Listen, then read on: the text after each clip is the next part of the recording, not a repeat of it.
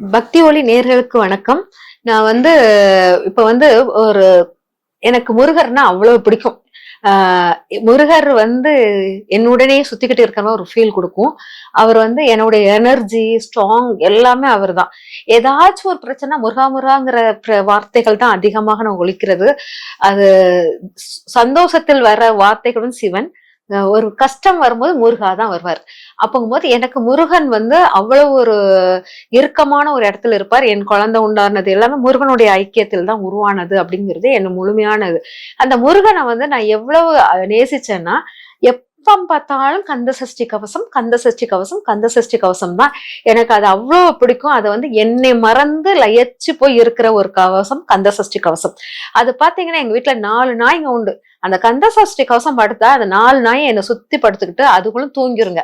நானும் பாடிக்கிட்டே இருப்பேன். அது அவ்வளவு தன்னை மறந்து போகிற தன்மையை கொடுக்கக்கூடியது கந்த சஷ்டி கவசம். இது ஒரு முருகருங்கிற ஒளி, அந்த ஒளியினுடைய அளவு அதெல்லாம் இல்லை. அவர் செவ்வாயுடைய காரகத்துவம் நிறைந்தவர். என்னுடைய லக்னத்துக்கு 12ஆம் வீட்டில் அந்த செவ்வாய் இருக்குது. அதனால் இந்த கந்த சஷ்டி கவசம் படிக்கும் போது எல்லாரையும் அமைதி நிலைக்கு கொண்டு தூக்க நிலைக்கு எடுத்துட்டு வந்துருது. அது படிக்கும் போது பாத்தீங்கன்னா, யாரெல்லாம் ஹெல்த் இஷ்யூஸ்ல இருக்கிறாங்களோ அது அவங்கள ஃபுல்லா ரெக்கவர் பண்ணிடுது அப்படிங்கறது ரொம்ப அனுபவபூர்வமா உணர்ந்த ஒரு விஷயமான இது. அவர் நான் என்னுடைய பழக்கம் சரௌண்டிங் எதுவுமே அவ்வளவு பெருசா நான் எடுத்துட்டு வர மாட்டேன். அப்படி ஏதாச்சும் எனக்கு சரௌண்டிங் சுத்தில ஏதாச்சும் பிரச்சனை, கந்த சஷ்டி கவசத்தை நித்தியம் அவ்வளவு கேட்டுக்கிட்டே இருப்பேன். சும்மாவாச்சு காலையில எப்படி ஓடிக்கிட்டே இருந்தாலும் சலிக்காமல மனம் திகட்டாத ஒரு பாடல்னா கந்த சஷ்டி கவசம். அது தன்னால பாடும்போது என் வாய் ஆட்டோமேட்டிக்கா அது பாட்டுக்கு போய்கிட்டே இருக்கும். வேலைகளினுடைய இதுவே பழுவே தெரியாது, வேலையுடைய பழுவே தெரியாது. அவ்வளவு சிறப்பு, அவ்வளவு வலிமை அந்த கந்த சஷ்டி கவசம். இதுதான் இவ்வளவு நேரம் தான் படிக்கணும், இவ்வளவு நேரம் தான் இருக்கணும்னு அவசியமே இல்லை. கந்த சஷ்டி கவசம் எந்நேரமும் எப்போதும் உங்களுடன் பயணிக்கலாம். முக்காவாசி கந்த சஷ்டி கவசம் உடல் ஆரோக்கியம் இல்லாதவர்களுக்கு நீங்க உட்கார்ந்து அந்த கந்த சஷ்டி கவசத்தை அவங்க தலைமாட்டில் உட்கார்ந்து படிச்சீங்கனாலே உங்களுக்கு மிகப்பெரிய சக்தி வாய்ந்தவர்களாக அவங்களுடைய உடல் ஆரோக்கியத்தில் முன்னேற்றம் கண்டிப்பாக கிடைக்கும். அவ்வளவு பெரிய சக்தி அந்த கந்த சஷ்டி கவசத்துல இருக்குது.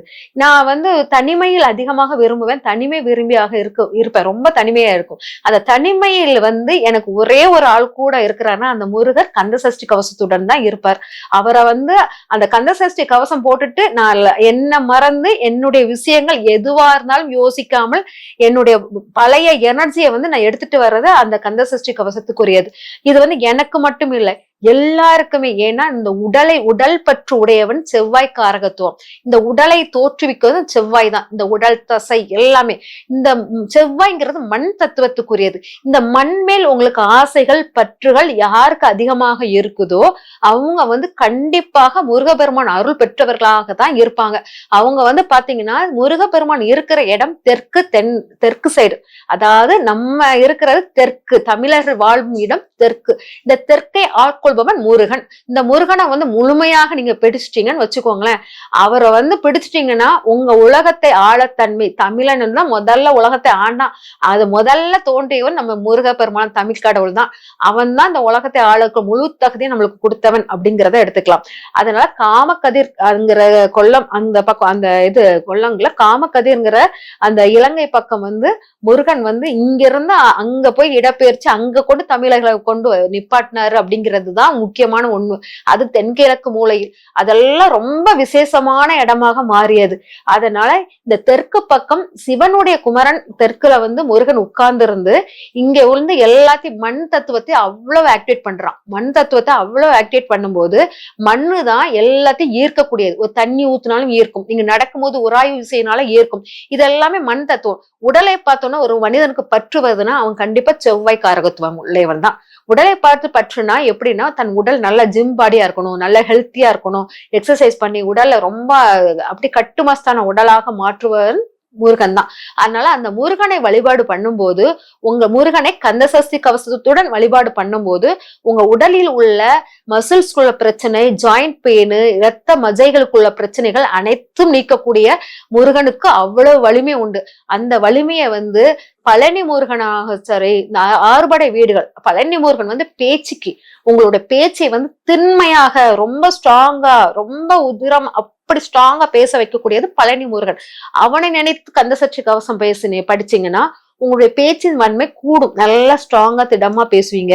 அந்த ஒவ்வொரு அந்த திருத்தணி முருகர் எல்லாம் பார்க்கும்போது திருமண வைபவங்களுக்கு சிறந்ததாக இருக்கும். இதெல்லாம் ஒவ்வொரு திருமணம்னா என்னன்னா, திருமணம் மட்டும் இல்ல, உங்களுடைய மறைமுக எதிரிகள்னா உங்களுக்கு 6ஆம் பாவத்துக்குள்ளதான் மேக்சிமம் அதாவது போரிட்டு சலித்து அப்படி தேங்கி நிக்கும் போது போரிட்டு தன்னுடைய கிஃப்ட் எல்லாம் வாங்கிட்டு திருத்தணியில போய் உட்கார்ந்தாரு. அங்க போய் வள்ளிய போய் பிடிச்சிட்டாரு. இப்போ அந்த இடம் தான். அப்போ அந்த இடம் வந்து என்னன்னா, நம்ம மறைமுக எதிரிகளால் நம்ம வந்து தொந்தரவு அடிக்கடி வாங்கிக்கிட்டு இருக்கிறவங்க அவங்க திருத்தணியை போய் பிடிச்சிட்டாங்கன்னு வச்சுக்கோங்களேன். உங்களுக்கு அந்த மறைமுக எதிரிகள் உங்களுக்கு தெரியாம உங்களை தாக்கிக்கிட்டு இருக்காங்க இல்லையா, இன்னல்கள் கொடுக்குறாங்க இல்லையா, அதெல்லாம் அழிக்கக்கூடிய முழு தகுதி அந்த முருகருக்கு உண்டு. அதனால அந்த திருத்தணி முருகரை நினைத்து கந்தசஷ்டி படிக்கும் போது இன்னும் சரியான விசேஷங்கள் கிடைக்கும். அதனால கந்தசஷ்டி கவசம் ரொம்ப திருப்பரங்குன்றம் வந்து ஒரு அதாவது மகிழ்ச்சிக்குள்ள இடம். அதாவது ரொம்ப அவர் வந்து என்னன்னா திருப்பரங்குன்றத்தில் கல்யாண வைபவங்களுக்கு சிறந்ததாக இருக்கும் அப்படிங்கிறத எடுத்துக்கலாம். திருமண வைபவங்களுக்கு எல்லாம் போயிட்டு வரணும்னா, நல்ல ஒரு திருமண விஷயம் தடையாகுது அப்படிலாம் இருந்தா திருப்பரங்குன்றத்தில் போகணும். அதே மாதிரி ஸ்கின் அலர்ஜி, படிப்பில் தடை, அந்த மாதிரி விஷயங்களும் திருப்பரங்குன்றத்தில் போயிட்டு வந்தீங்கன்னா அது முழுமை பெற்று ரொம்ப சக்தி வாய்ந்ததாக கொடுக்கும்.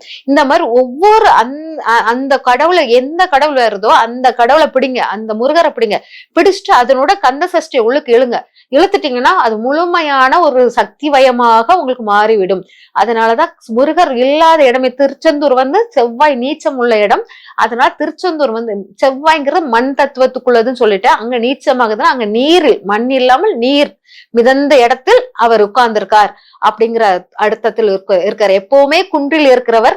இந்த செவ்வாய் நீச்சம் உள்ள இடத்தில் நீர்நிலையில் இருக்கிற முருகர் திருச்செந்தூர் முருகர்.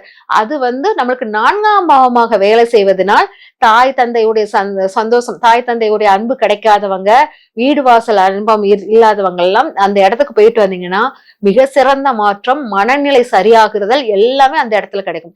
அதனால திருச்செந்தூர் முருகரும் ரொம்ப விசேஷமாக ரொம்ப பெரிய அருள் கொடுக்கக்கூடியவராகவும், எல்லா முருகரையும் தொடும் போதும் கந்த சஷ்டியோடன் தொட்டால் ரொம்ப சிறப்பாக இருக்கும். அது வந்து கோயிலுக்கு மட்டும் இல்லாமல் வீட்டுல உட்கார்ந்துகிட்டே ஒரு சும்மா ஒண்ணுமே வேண்டாம், உங்களுக்கு அந்த இடம் நேரம் பொருள் எதுவுமே தேவையில்லை, எந்த நேரத்திலும் எப்போதும் கந்த சஷ்டியை படிச்சுக்கிட்டே இருந்தீங்கன்னா சும்மா எனக்கு வாயில வரும்போதெல்லாம் அந்த வந்துரும். சஷ்டியை நோக்க சரவண பவனார் அப்படின்னு சொல்லிட்டு அவர் பாட்டுக்கு வருவார். வந்தாருன்னா அப்பதான் அந்த தன்னை மறந்த நிலைதான் வரும்.